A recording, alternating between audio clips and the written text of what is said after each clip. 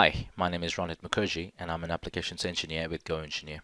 In today's quick tip video, I'm going to be showing you how to use the cavity tool in an assembly mode. Now, the cavity feature is a part of a part mode, but you have the ability of using this in an assembly mode as well. So let's get started. Let's see how this works.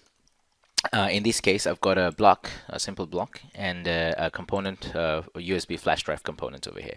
I want to show you how we can use the cavity tool in assembly and kind of create the cavity of this USB flash drive on this particular block.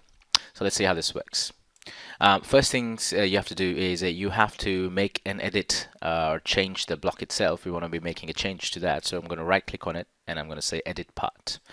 So now we're doing an in-context editing. As soon as we do that, we have our part tools available. But you would notice if I search for a cavity option or a cavity feature, nothing shows up. So what we have to do in this case, we have to go to the insert command up top here, and then we'll go to the features tab. And under the features, you'll see one of the components over here, one of the features over here is cavity. Once I select the cavity tool, it pops up the property manager of cavity on the left hand side, and it's basically asking me for what design components am I using for cavity. So we're making a change on this block, so we're going to be using this component, the flash drive component, to make that cavity. And we have a couple more options down here. Under your scaling about, either you can scale about the centroids of the components, the origins. I can do a model base, or I can also do a scaling based on a new coordinate system that I can apply. So in this case, we'll just do components origin, and have the ability of either adding a scale or not adding a scale. So if I wanted to add a scale, I'll just type in a number and it will get me that much bigger cavity. Or if I just want to keep it at 0, I can just say 0 over here and it will do a 0% scaling.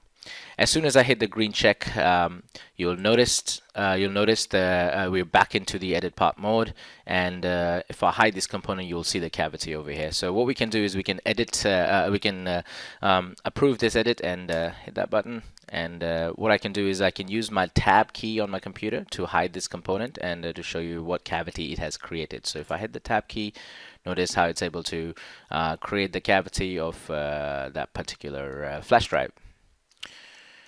And I'll do Shift Tab to bring it back again. I can also do a move component and right click on this component and say move with triad, and move this body a little far away from the block body, and that way I can see the cavity as well as the component together. Great, so I hope you all enjoyed watching this video. Thank you for watching.